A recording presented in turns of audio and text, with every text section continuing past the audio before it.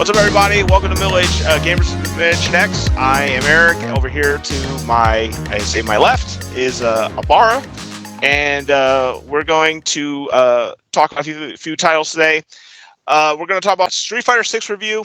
We're going to do the Fellowship of Zelda Tears of the Kingdom, pickups, deliveries, new releases for this week, and then also a question at the end. I am also GI Gamer 1981 for Facebook. You can follow me on there on Facebook, and we have many different videos of video game collecting and pop culture and all that type of stuff. Over here is the best author in the world, I will say it, is Tristan Barra. He does a video game collector's field guide. Please follow him on Facebook. He will probably have a Kickstarter soon as well, which he's working very hard and diligently on it. Please like, share, and follow. We're also on Spotify now, so you can follow us on there as well. If you follow both of us, we will send the links out to you guys so you can enjoy the show. How was your week? That was great. Pretty quiet, honestly. I know it was a little less chaotic than your week, your work week, as it were. Yeah, a little bit back to the introduction. He said, I was working on a Kickstarter. So that was mainly what I was doing this week, is trying to prepare to launch my Kickstarter next week. I've been working on a second set of books since like 2020, whenever COVID kicked off. I started on this project, and it turned into something that I knew that I wanted to share with everybody else. So whereas the first one was a console collecting field guide, this is going to be a video game collecting field guide. No consoles in it, but all the libraries for the consoles, visual libraries of the consoles. Just crazy. I mean, it's going to be like 2,400 pages across 4 books. So that's crazy. Yeah, awesome. Get a back brace. Definitely show it off to your friends when you get it, for sure. He does amazing quality work. His books are second to none. Anything that he works on is second to none for premium edition games and all the other things that he works on. He's very diligent. He's very awesome at them, and I want everyone to like, share, and support his books because he is amazing. Yeah, if you want. So I thought we would start off. Oh, sorry about that, brother. No. If anyone wants to see like what I'm working on or the latest news for that, check me out on Facebook. It's the Video Game Collector's Field Guide. In Elephant in the Room, before we go on, because you couldn't see me last episode. I don't normally have this mustache. I got a little bit bored and crazy yesterday whenever I was doing my my facial hair shaping. And I've watched The Hateful Eight one too many times. So I'm going for the Kurt Russell, John Ruth, the Hangman look. Eventually, I'm going to have this big burly mustache. I don't know if you know this about us. We're all Team Kurt Russell. I'm Team Big Trouble in Little China, and he's Team Hateful Eight. Yes, sir. We have a man crush on Kurt Russell. He is he's an amazing 100%. Actor, and I appreciate all this work 100%. So we're going to go into the first topic, which is going to be Street Fighter 6. I know this dropped a couple weeks ago, but I wanted a little bit of time to kind of understand the gameplay and kind of get a feeling for it. I will say this: I'm not a fan of 5. 5 kind of let me down. It's like that stepdad that was supposed to pick you up from soccer, and they just dropped you off and never came back. Man, that guy stands you up a lot. A lot. Oh my God! Hey, let me go get some cigarettes real quick. I'm gonna go take Street Fighter 5 off real quick. And none of it came back. And none of it's Capcom, but it feels like Capcom has a resurgence of what's going on right now. Resident Evil, the RE engine is like making all these incredible games, and it's just crazy what they're doing. I think what they tried to do for this one was they tried to bring the new generation and the old generation together in one piece, with all the different characters and different combo systems and things like that. I hate to say it, but Capcom came out swinging with all these new fighting games. How do you feel about it? Man, it honestly, it feels like a resurgence, like you were saying, but I don't remember when Street Fighter 4 launched. I wasn't really into fighting games at that time. Street Fighter 5, I was hugely into it and watching a lot of the fighting game community, FGC, Evo, and all those different fighting game tournaments. Whenever that was going on, it was in a fever pitch. So when 5 came out and didn't have the best first player experience. I was a little bit soured on it because I'm never going to be as good as those guys, like, studying frame data and knowing exactly what to do in whatever situation. I'm freaking 40, almost 42 years old, so my reflexes aren't going to be as good as these freaking 20 somethings that are just wrecking people like left and right. So single player experience and gameplay is pretty crucial to me in a fighting game whenever it launches. So I was really excited to see that they have a fully fleshed out single player experience for Street Fighter 6.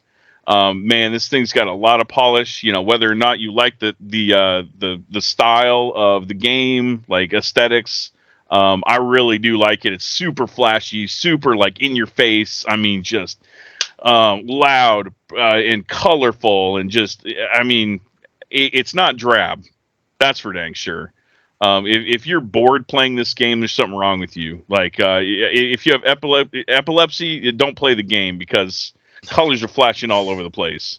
Yeah, dude. Like, I'm really impressed with the direction they went. They really leaned into the combo system, and they actually made it a lot easier for some of the casual people like me, with the like single button supers and stuff like that, which is great because then you can just concentrate on that frame data that is pretty important to know, like what move to use against whatever.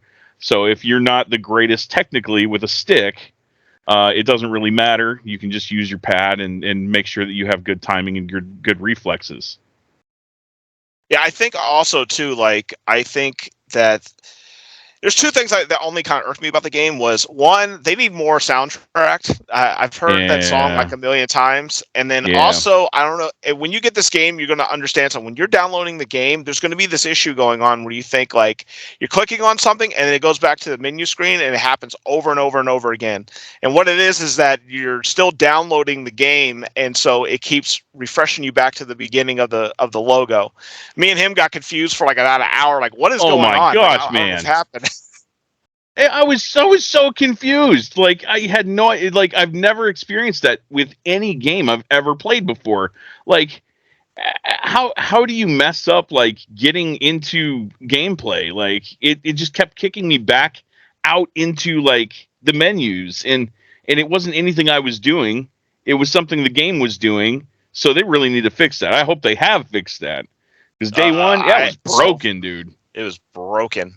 The world tour is awesome. You can, I joke that it's called Freakville, as I call it. That you can basically just walk around and fight any person you want. Like, if there's a grandma having coffee, you can just walk over to her and wreck her. Mime.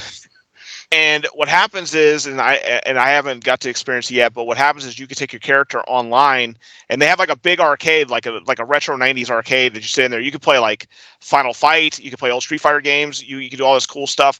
But they have this middle arena where people can verse each other, and you can take your character from offline. And like, it's funny, I saw one guy, he had like 5 bars of energy for his character, and then basically you learn from different Street Fighter characters, so you can add like Zangief's Pile Driver with Guile's freaking Sonic Boom, which is insane. And I was watching this like online, like, it's crazy. I'm not an online guy anymore. So you talked about Street Fighter 4. I was hyped for Street Fighter 4, but when I went online and had to verse people from overseas that just wrecked me, I couldn't take it anymore. I got tired of people talking trash to me.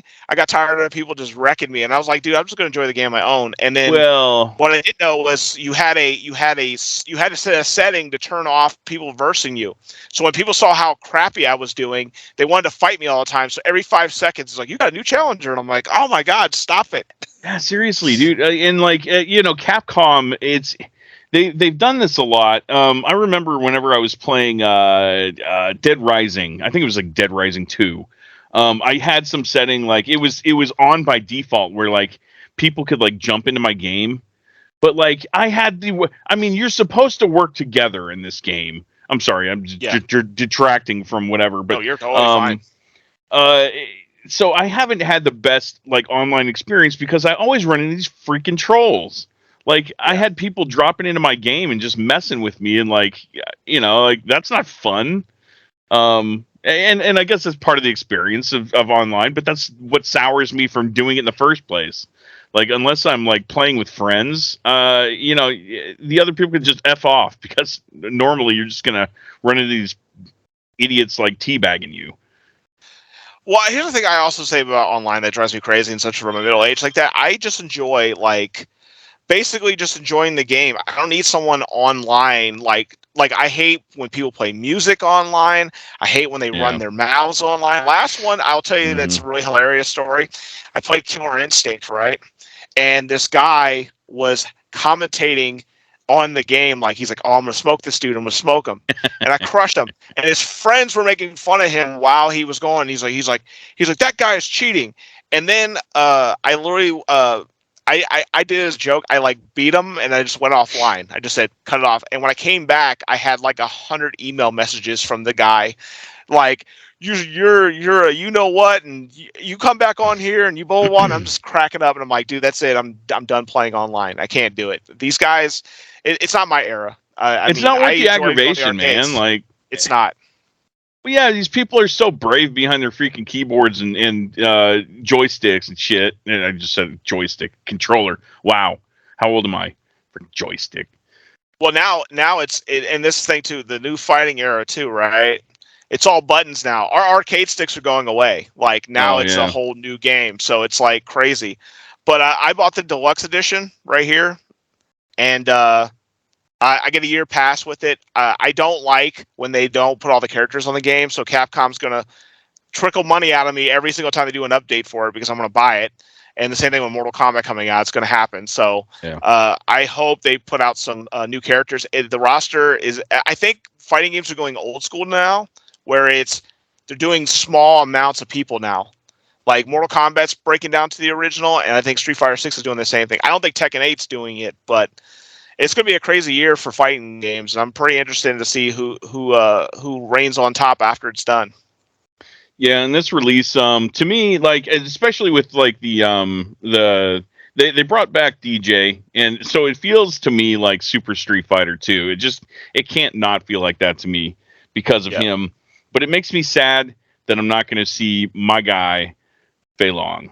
Never going to see that guy again, because the family of Bruce Lee has a problem with his likeness being used without their permission, which, rightfully so. Fei Long is Bruce Lee, duh. I mean, like, there's no denying that. And we got 1 minute left on this topic, by the way. Okay, so I'll say the one I want. Yeah. I want a Ralph Julia Bison. I want him as Bison in the game, and I want his ending finisher to be game over. That's what I want. Okay, but Or Jean-Claude Van Damme. So Mortal Kombat and Street Fighter. What do you think? What do you think Raul Julia would think about being in that game? I bet would he enjoy it for sure. Well, he said his son. The reason why he did the movie was his son was a big fan of Street Fighter, and he asked his dad to do it.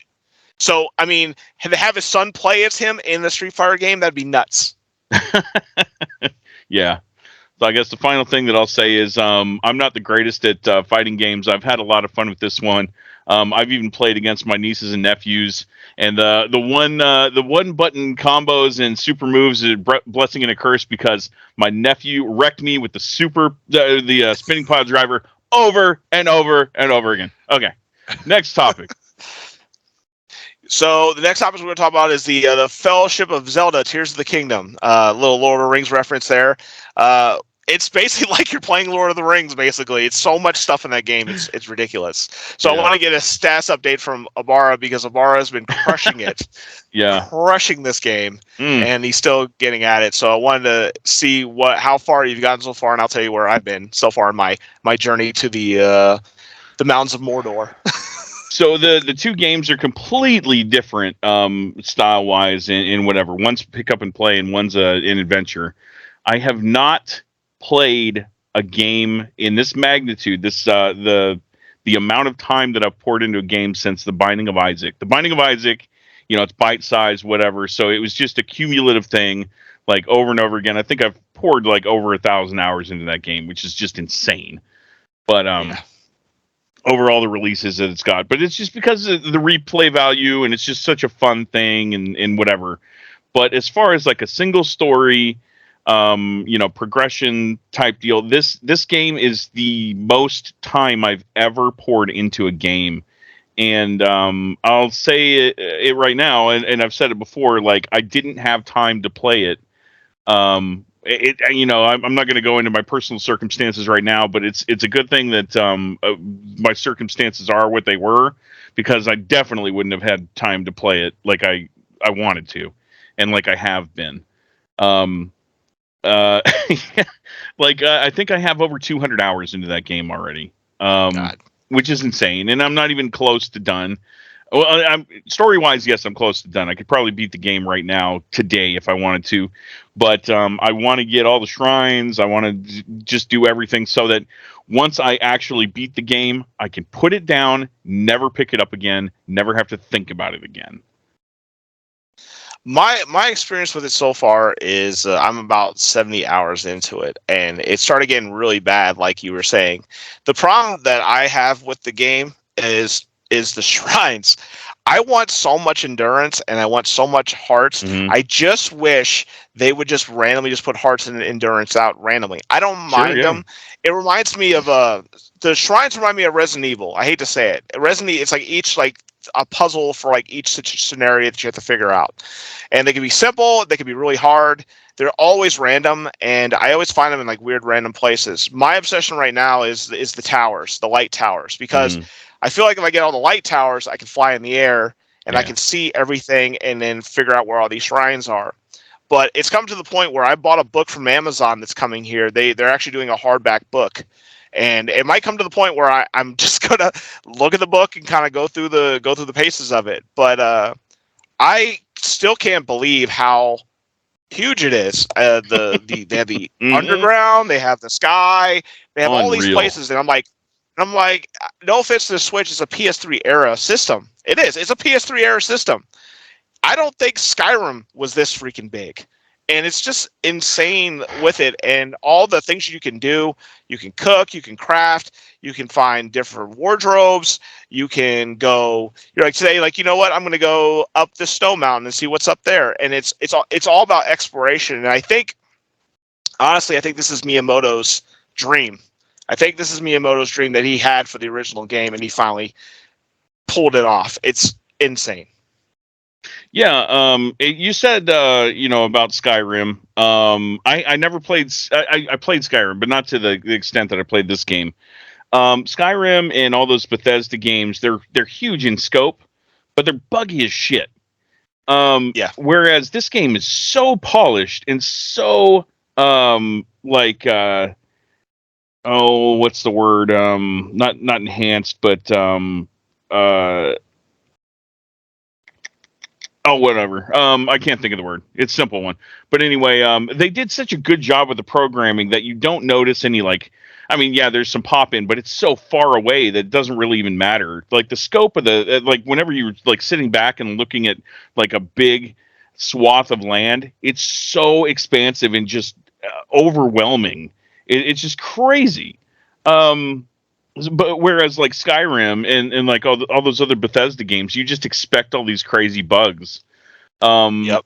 I've played over 200 hours. I haven't seen a bug yet, which is a testament to their programming. I think the only thing I've had is Ultra Hand sometimes. So I'll grab too much stuff.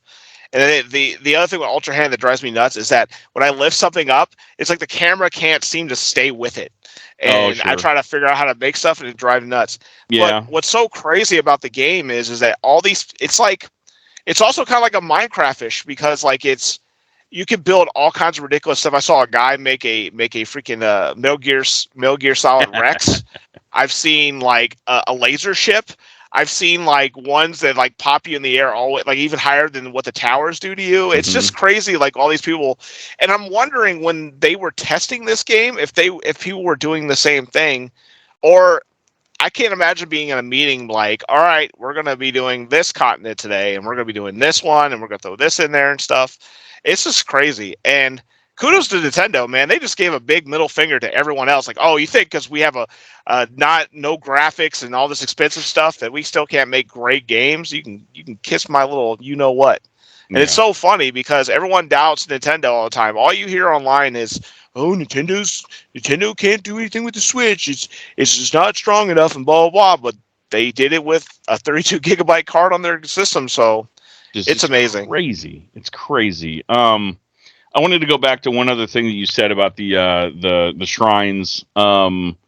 About like the fact that you can't find hearts and stamina like out in the wild, like I'll say normal Zelda games, because this is a departure from normal Zelda games. It's a completely different style, Breath of the Wild and Tears of the Kingdom. To me, in all those other games, I used to love like looking every nook and cranny for like pieces of heart and stuff like that. It was so cool to me. Now they've essentially turned the pieces of heart into those like blessings of light or whatever. Yeah. And then giving you the extra chore of going and praying at a statue in order to turn those into basically 4 pieces. 4 blessings of light equals 1 heart container, whereas 4 pieces of heart equaled 1 heart container before. I think it's kind of dumb, personally, that they did that. I understand why. There's just more within the like story of the game. But to me, I really wish they had like kept those in like random chests that you could find, instead of having to like do all these shrines. On top of that, like you find all these like different like pieces of armor and stuff like that. So it's just aesthetically, I don't know. It's kind of a waste of time to me. Like it doesn't feel as exciting whenever you actually like get heart containers, because it's been diluted a little bit. What do you think? I think honestly, we'll give this a time extension. By the way, we did. So the thing I would think of it is that how they have the caves, right? They have all those like random caves. So what was the thing in the original Zelda game, like the NES game, that we enjoyed? You would like you blow something up, you open it up, and then you basically go in there and you find something random. They could have like made like mini dungeons that like you could find heart pieces and things like that. Have like a little mini boss in there, and then or like random armors, random weapons, like that. And then what's cool is they can change it. Like it's they want to patch it, they can change random stuff if they want to, to add stuff in there. I think that would have been awesome.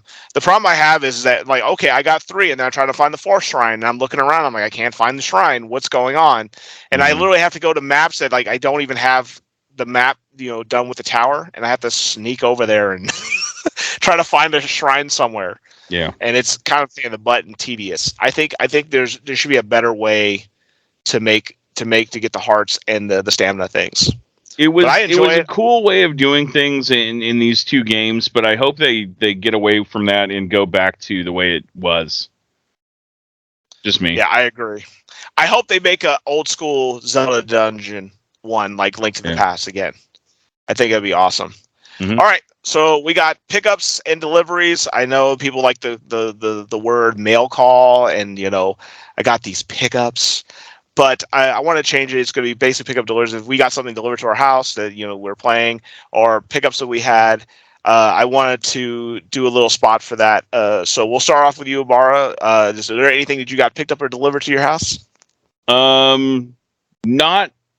So I got an email today, so delivered in my email, technically. Yep. So one other thing that I do on the side is I write for Old School Gamer. I think they're up to issue 34, if I'm not mistaken. I could be off by 1 or 2. I really should know this.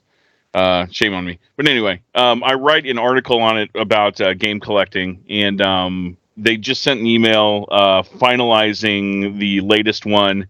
I did it on when you find your circumstances have changed in your life and you have to downsize your collection. So that was the latest thing that I got delivered to me, and I don't know. I'm pretty proud of that one. It's if anyone subscribes to that issue, make sure to check out my article. But I actually went to Pop Culture today. Technically, I delivered this to myself. So really, it's been a slow day for me mail-wise. Like I don't have anything coming in. But I found a whole bunch of Doctor Strange pops. Nice. So I've gone down a rabbit hole, and now I'm starting to get all these. So we mentioned that we both got a man crush on Kurt Russell.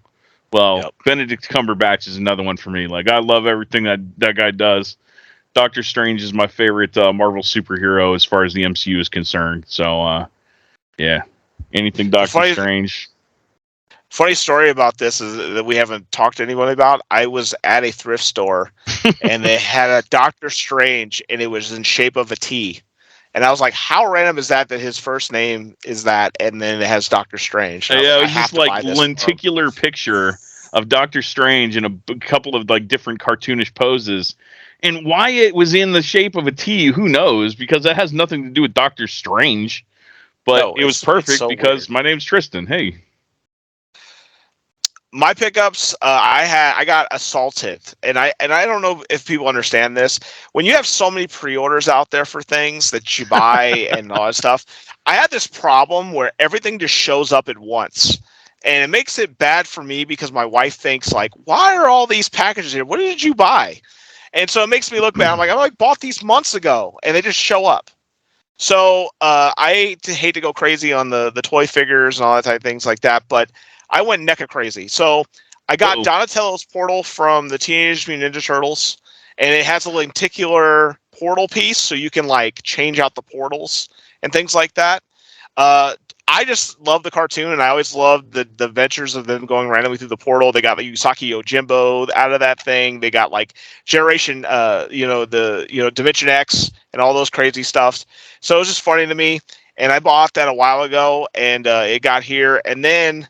Of course, I went to your wife's favorite spot, Target, and I was just going there to get a going away gift, and I got, and I don't know if you could see him because I know these things are really bad, but I got this Shredder right here that has battle damage.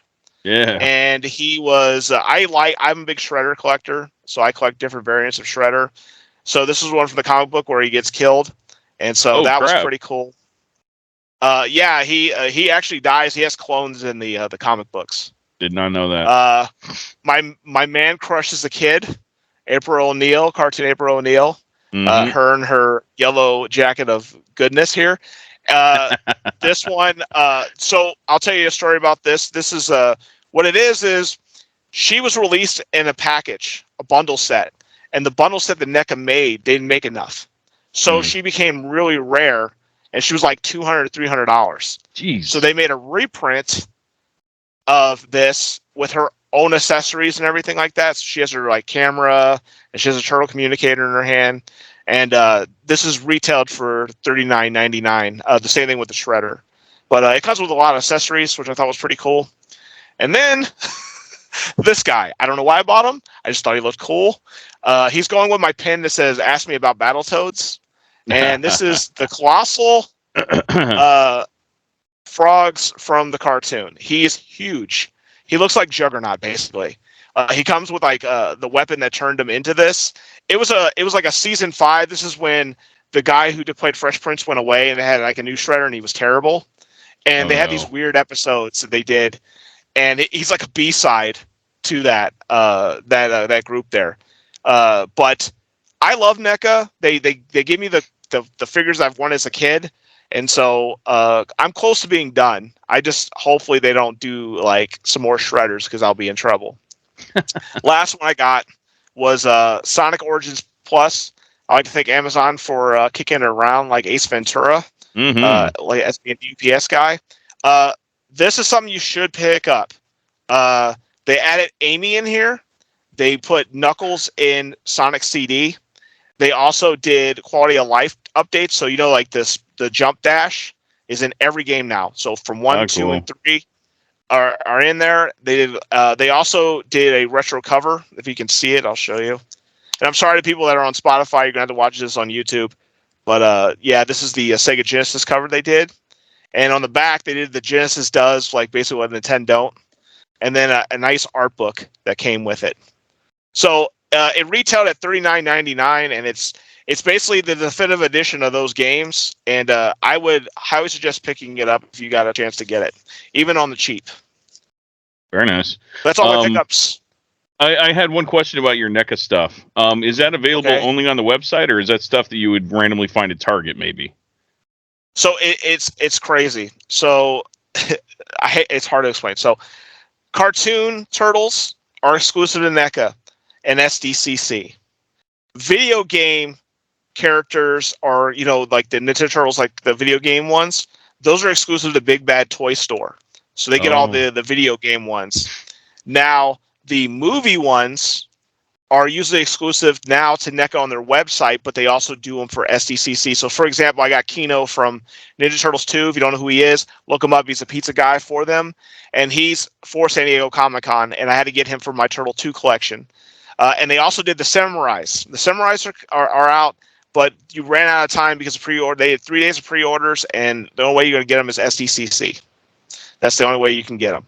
Yeah. But it's when they first came out, they were really hard. Like I had a Friday the 13th when I won it, and it was a SDC only. They used to only do at San Diego Comic-Con. They used to drop figures, and they would go for like $200 to $300, like insanity. But they're so popular now, they like that. But the NECA collectors, they do horror, they do all the movies, they do your characters like for your movies and stuff like that you enjoy. Yeah. It's craziness, but they do. What I could say about them is they do such great art. Like the detail on that, it's like just nuts. Yeah, that's crazy. Their quality for sure. And you got a Raphael, you enjoy it. You got one of your turtle. So yeah. So we're gonna talk about new releases next, and also some memories as well with this. AEW Fight Forever. It's supposed to be a throwback to the N64 days of WCW Revenge and those things like that. I get my copy today. I'm waiting for Amazon to drop it off. Cool. But I've heard nothing but good things about it, and I thought it'd be a fun topic to talk about the old N64 wrestling games. What do you think about them? They're near and dear to my heart. These games, I mean, I only grabbed this one because we poured as like the most time into this one. It was where it began. Yep. Oh my gosh, dude. We would freaking scream and yell at each other. That was like during high school whenever this came out, and we would go over to my friend Casey's house. It was the same kid who we would go over to his house to watch any like pay-per-views. So like whenever freaking Mankind got thrown off the cage, we were over there and just like freaking out. But like we used to spend the night over at this guy's house, play GoldenEye and WCW and NWO Revenge, and like any of these other THQ AKI engine wrestling games, which were the best wrestling games that have ever existed. Up till this point, maybe. I haven't played this new AEW game, but I'm very hopeful. I made the mistake of watching a couple of reviews on YouTube that weren't the most favorable. There are some gripes and there are some issues, but for the most part, it seems to be true to that engine. So I'm really excited to get my hands on it and see how it plays. So I'll tell you what's been going on with the reviews. Yeah, go ahead. The reviews that have been going on, I don't think this generation has seen those N64 games like, Def Jam, Fight for New York, and all those, like the Fire Pro Wrestling and things like that. Well, what's funny is they're putting that game against the WWE games. The WWE games come out every year and they're established. Completely different. Like, completely different. Adam Cole, that's a wrestler there. He's big in the video games, and Kenny Omega, which he's a big Final Fantasy fan like you are. They went out and tried to make this engine as N64 perfect as possible. Some people were arguing that you can't do the entrances are not that long. But what's cool, I thought that was a great idea. You can do your own pyro when you walk out. So like when you walk out, you can push the button and you make your own like random pyro go off, which is hilarious to me. Yes. They also put mini games in there like you remember what is it? The one on the PlayStation where you hit the X buttons and stuff. Can't think of the name of it off the top of my head. Top of the Rapper. Oh yeah, okay, yeah. That's what I was gonna say, but I didn't think that's what you were talking about. Yeah, go ahead. So they have in there like mini games where you can do those things and like random stuff. They have bar matches and all that stuff. But so they have quick time events basically. Well, no, it's actually you can go play the mini games. Like if you don't want to play wrestling, you can just go to the mini games and just mess around. Gotcha. Which I thought was pretty cool. But the N64 ones, man, I remember this. I remember it's so funny. I saw WCW Indie Revenge, but I was a big WWE guy, so I was like, I'm Stone Cold Steve Austin. I'm not going to get that game. And my friend rented it, and then when I saw the engine on it, I was like, this is nuts. Like you could do a million spears, like with Goldberg. You could make your custom characters come out and stuff, which is ridiculous. Mm-hmm. Oh, dude, it was And so much fun, man. they perfected it on and on with the WWE games. No Mercy, WrestleMania 2000, and Yeah. dude, it's just I don't know. I love just pick up and play wrestling games, like especially like 4 friends over. Like that's hilarious. People get mad. You can do the Royal Rumbles. And then, don't get me started. Like, oh my gosh, man! Like there was this one guy. Okay, so there were like a couple of unlockable characters. Who was that boxer? Remember the dude had the freaking boxing gloves. Like he would just wreck people. I'm trying to remember who it was. I don't remember his name. Maybe it was just Joe Boxer. I have no freaking clue. But it was so long ago. But there was this guy. I don't remember if he was an unlockable or not. Huh? Was it MMA? Was it MMA gloves? No. He was like he was a straight up boxer, like a boxer. Look it up. Yeah. I know Goldberg we had this friend, Jason Harville.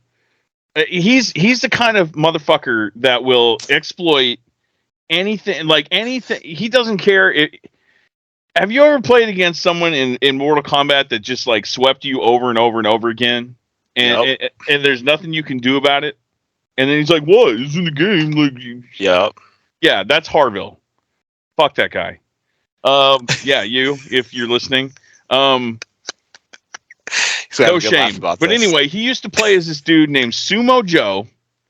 And Sumo Joe had this like freaking headbutt, or maybe it was like a clothesline, or I don't remember, but it always like bloodied you like instantly and just like wrecked your guy. And there was nothing you could do about it. And he would always pick this dude and do it over and over again. It was no fucking fun to play against him. But that's I'm not gonna lie, I was no fun. I was that troll guy too, but I did it with Goldberg. So what I would always do is I wouldn't let him grab me. I would literally just run and do spears for 15 minutes, and then once I wore him down, when I wore him down, I would just do jackhammers over and over again. He's like, "Pin me!" My best friend was like, "Pin me, dude!" I'm like, "Nah, you going up again." And then it would what a lot of people don't know is that you can actually KO guys. And what I would do is before the game would start, I would turn the KO off, so he would think that the KO was on, like he was going to be playing.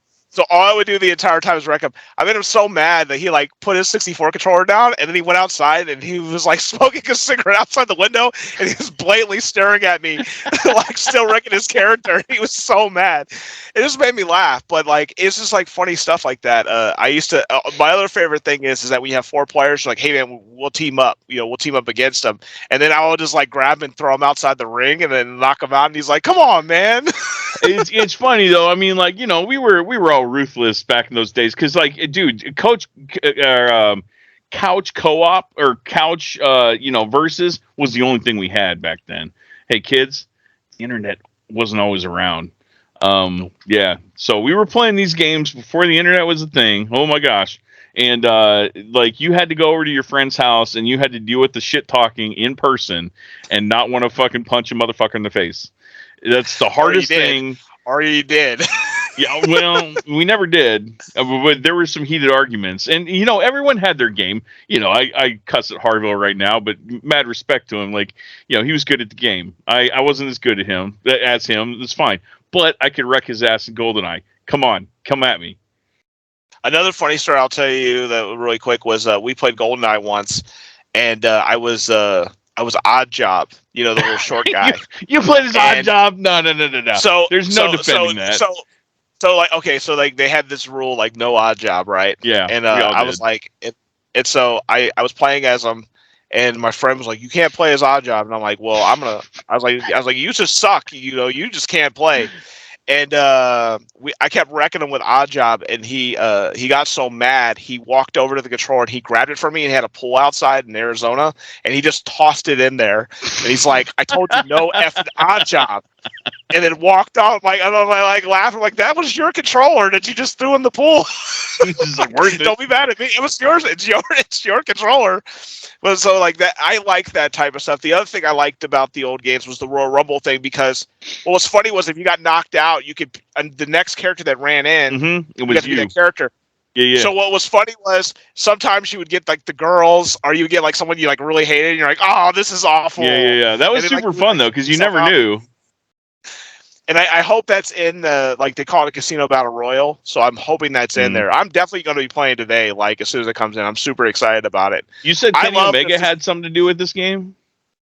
So they have what's called AEW games, and they talked to Tony Khan about it, about getting a game. By the way, they're not making any money on this game because to get the engine, to get all the stuff together, it cost a bunch of money. $60, it's like a $6 title. But they spent like this is what I heard. They spent like almost close to like $50 million trying to get the engine, trying to get everything perfected, trying to get the development all done. And but they have something in foundation in place. Yeah, it's not got all the bells and whistles yet. But if this sells good, then next year we're gonna have these new N64 games. So please support them.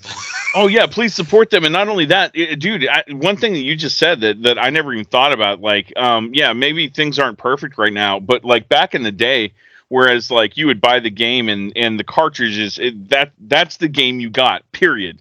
But now they can patch shit. So I'm hoping that's the case. So what I heard is that they're going to randomly give free patches for new wrestlers and different things into the game. They're going to keep adding on to it. They're not. They said that's awesome. They want to make it like Fire Pro Wrestling. That's what I heard. So they want to make it like a N64 game and a Fire Pro Wrestling game came together as one. And if you could like make custom characters and all that type of stuff and build like a foundation on it, it's going to be awesome. And it sucks because the last game we got was, Fight for New York from the thing, and that game is still my number one wrestling game of all time. Yes, it's with rappers and random stuff, but those finishing moves were insane. No, dude, but it doesn't matter. It doesn't matter if you freaking put cartoon characters. It's that wrestling engine that makes the game. Like that's what was so good about it. And I have no idea how it's gone so long without someone using that engine. Everybody knows it's an open secret that's what made those games what they are.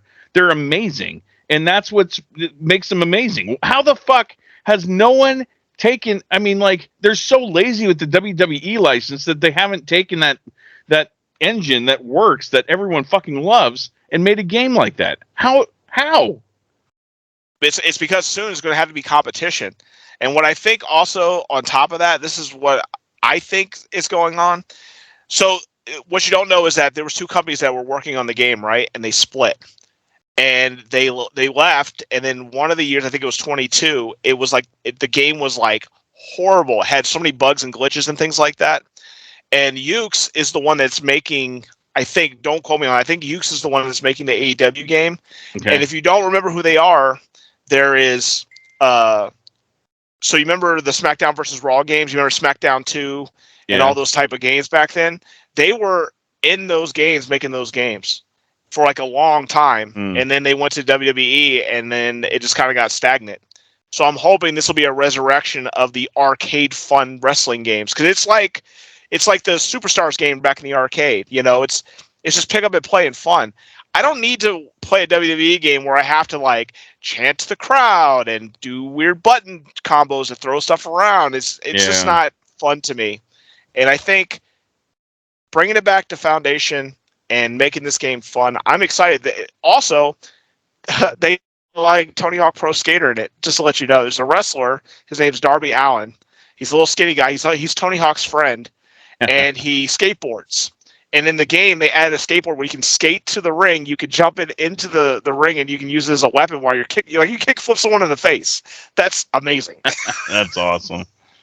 Oh my gosh, yeah. I'm really excited to play this. I admittedly slacked off and didn't pre-order it, so hopefully I haven't missed out, but I need to get it on Amazon as soon as we're done with this podcast and see if I can get my copy delivered sometime this weekend or like early next week. If not, you can come right on over and we can just Oh, co-op do some, yeah. We should do that anyway. Yeah. Yes. I'll have to come over. I'll have to come over and We'll have to talk check to it we'll out. have to talk to we'll have to talk to Zach and a couple other guys and see if we can maybe get Harold, Zach, and us over there. Because I have 4 controllers, so we can handle business. Dude, as frustrating as it is to lose to somebody in person, I do miss those days because, dude, some fucking funny ass stories come out of that shit. I mean, it's nothing like playing online. It's really not. Because if you have to see the shit-eating grin of the guy that just beat you sitting right next to you on the couch. You don't get away from him. You don't get away from him. You have to see him every day. And he just F's with you the entire time. And not only that, sometimes the guy that beats you, it's his house that you're in. You're playing his console. So you got to be nice to him. I used to, and this is another funny story. You remember Kurt Angle, right? Yeah. The bald guy, Olympic guy.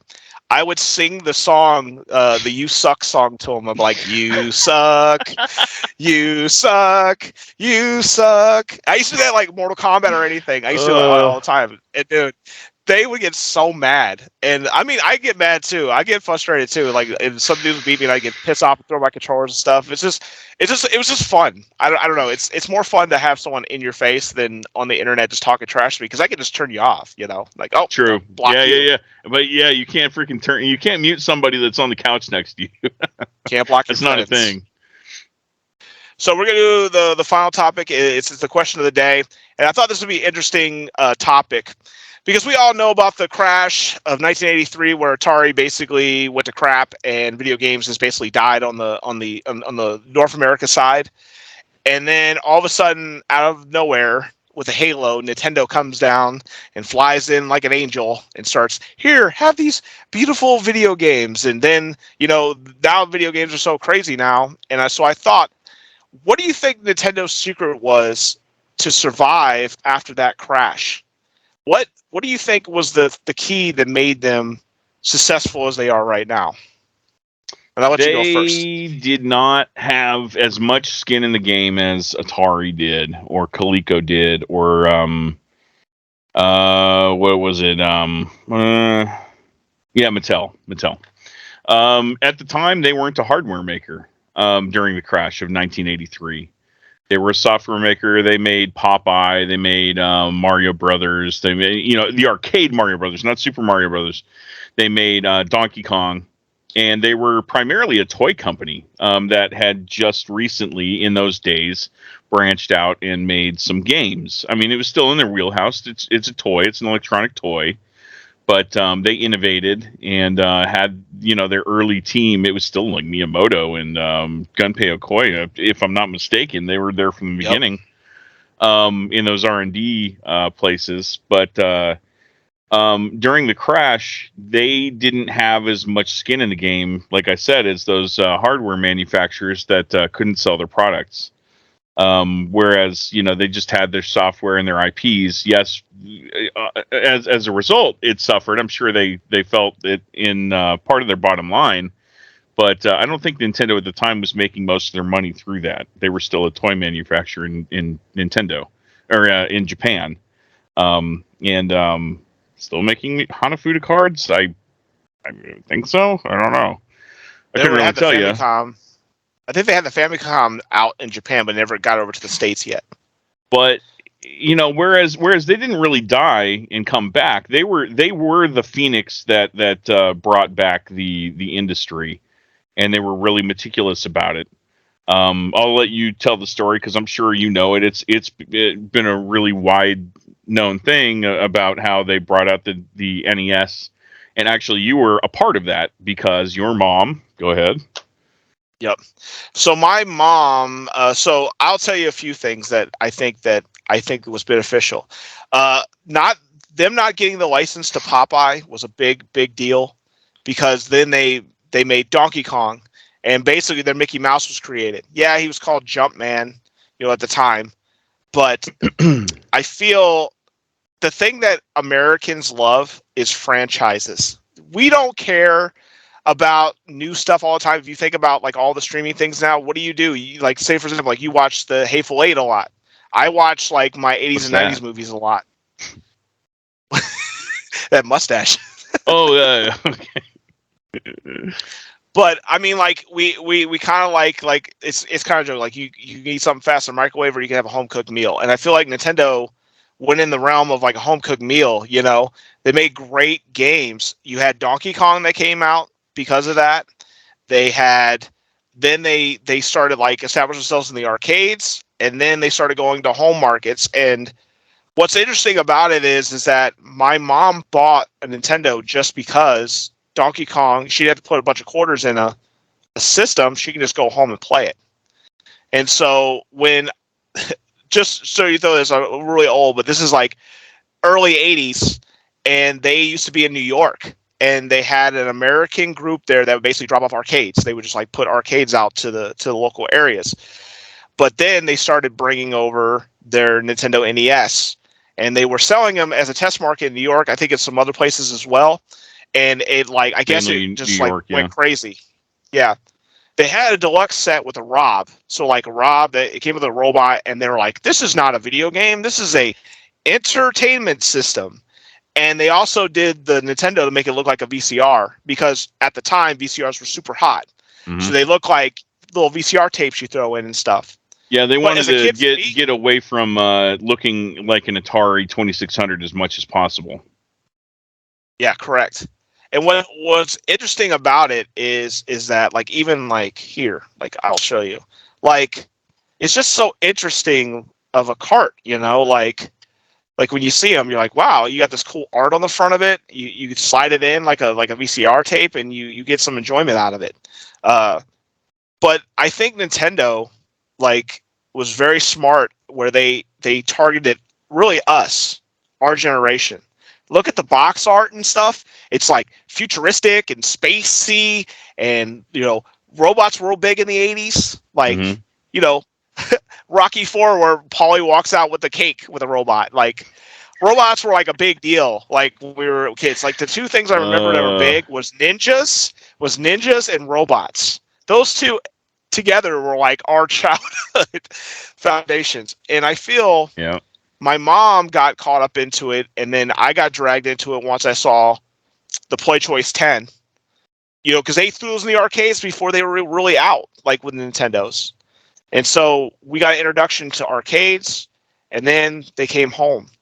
Hmm. And how cool is it that you don't have to go to a place to put quarters in a machine that you only play like 5 minutes of, or I could play an entire game for like the entire day. Well, It yeah, was mind blowing. and you know back to the you know how Nintendo survived the crash or you know established themselves after the crash. At some point, you know, like Atari, whenever it first took off, and whenever it was first a thing, like you gotta remember that no matter how infantile and how rudimentary and how um, uh, how crappy the graphics on an Atari game were, it was an innovation. Video Yeah, games weren't a thing.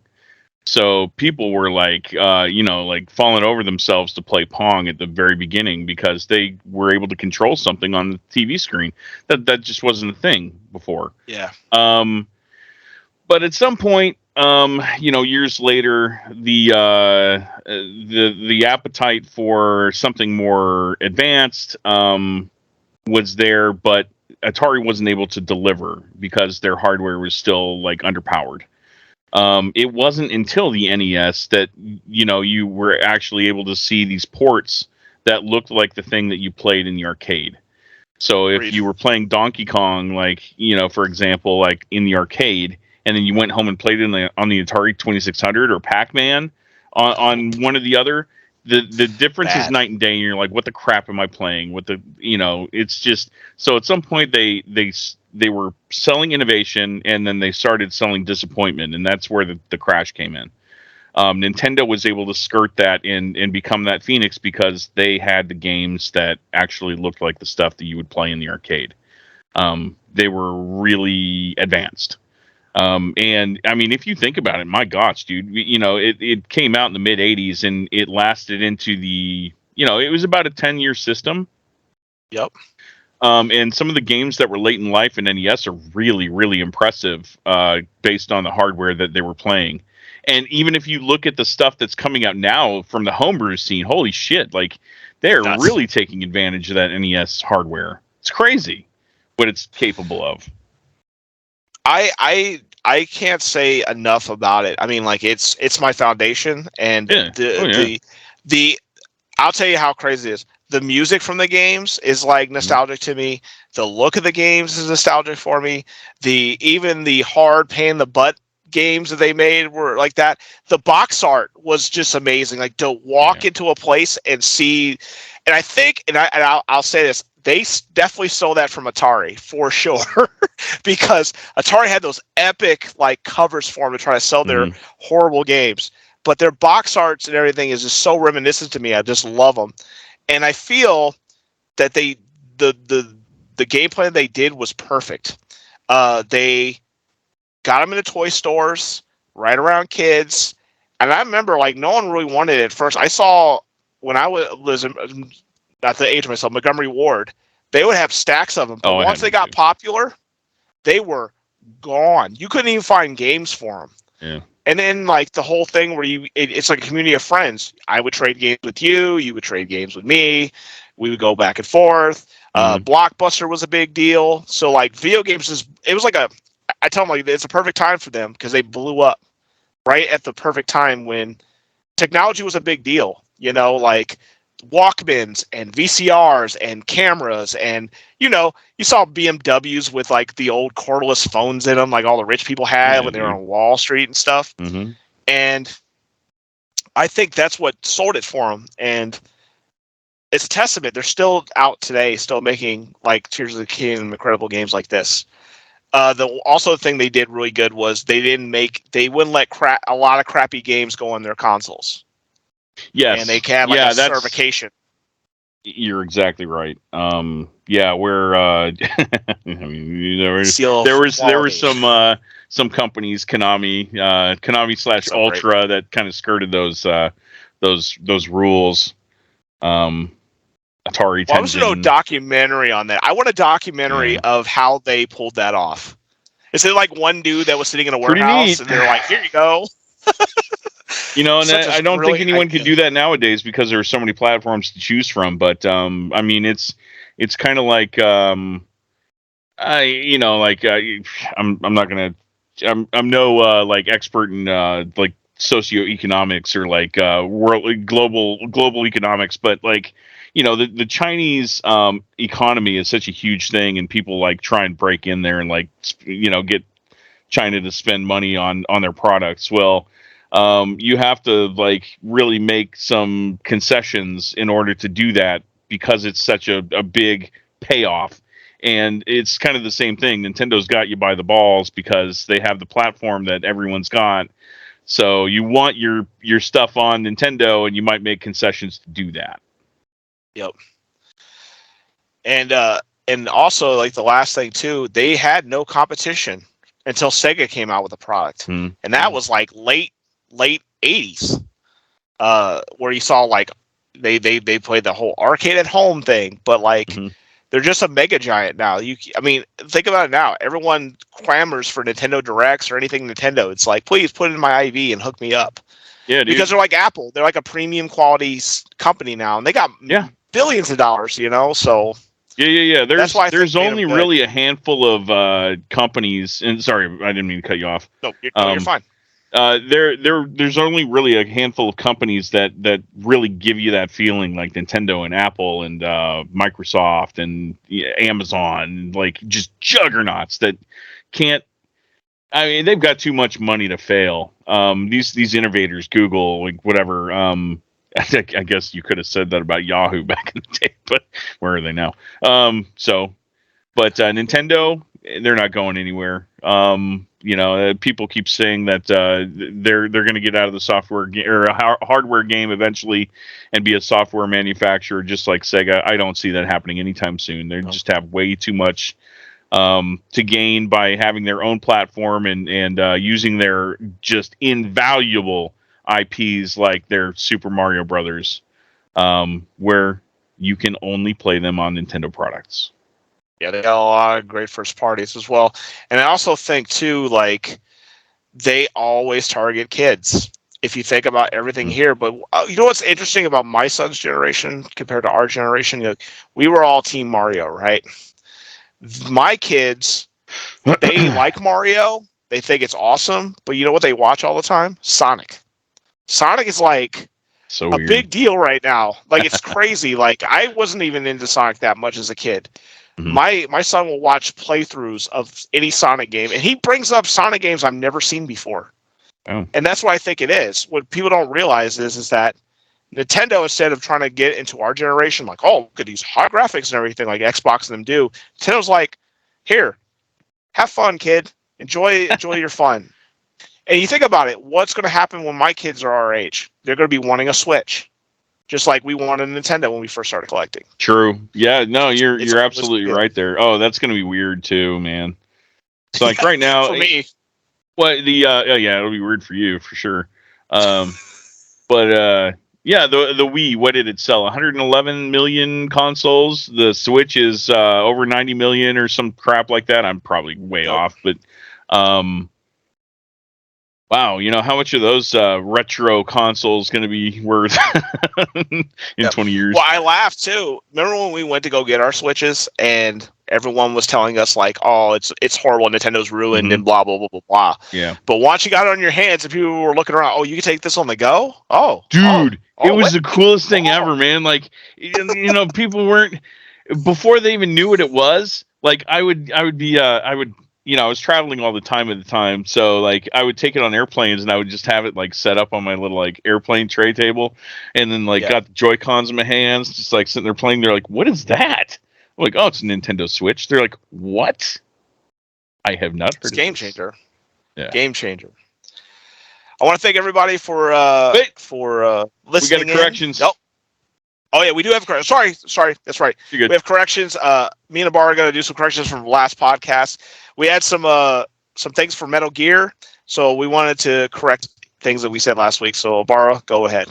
Yeah, so we were talking about the Metal Gear collection that on the Nintendo Direct was announced, and we had kind of speculated. We're like, you know, what would they put in a Volume 2? And like, dude, I completely glossed over the fact, and I'm actually wrong in this, but I was thinking after the fact, after we did our podcast, that they totally could have done all of the portable ones that they did, like both of the Acids, Portable Ops, Peace Walker.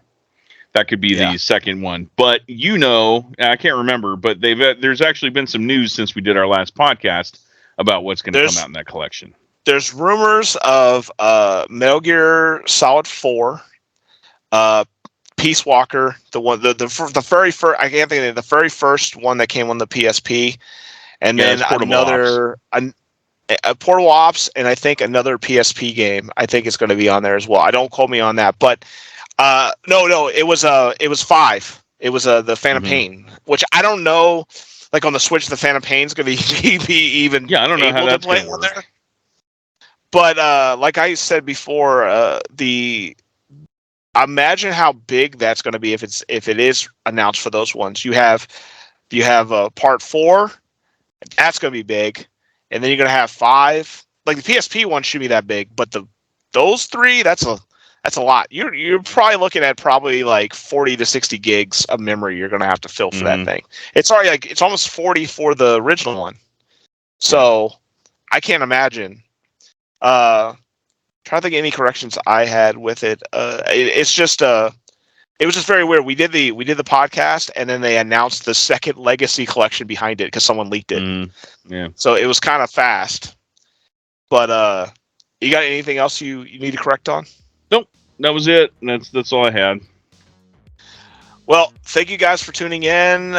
Please like, share, and subscribe on our YouTube channel and Spotify. Share it with your friends. We're trying to get as many people's eyes on this as possible. This is a fun thing. We really enjoyed the first reaction to it. People said they really liked it a lot, so definitely appreciate that. And please, Abara, you want to give out your links to your page again? Yeah, sure. If anyone's interested in buying my video game console collector's field guide, You can buy that at premiumeditiongames.com. While you're there, go ahead and check out all the games that we have available.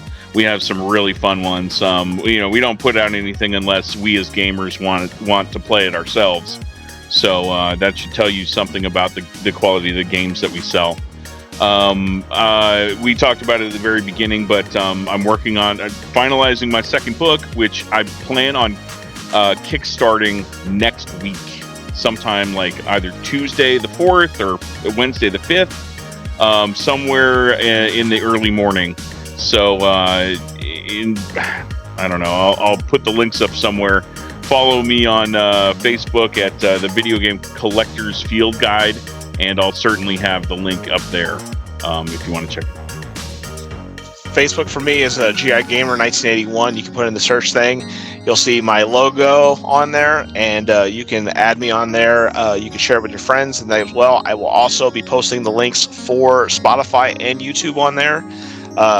Please check out the YouTube one. I know some people didn't see like the stuff that we're holding in our hands or our cool background here. It's definitely you should definitely check it out. Hope you guys have a great weekend. Remember to not blow up your hands this weekend, 4th of July.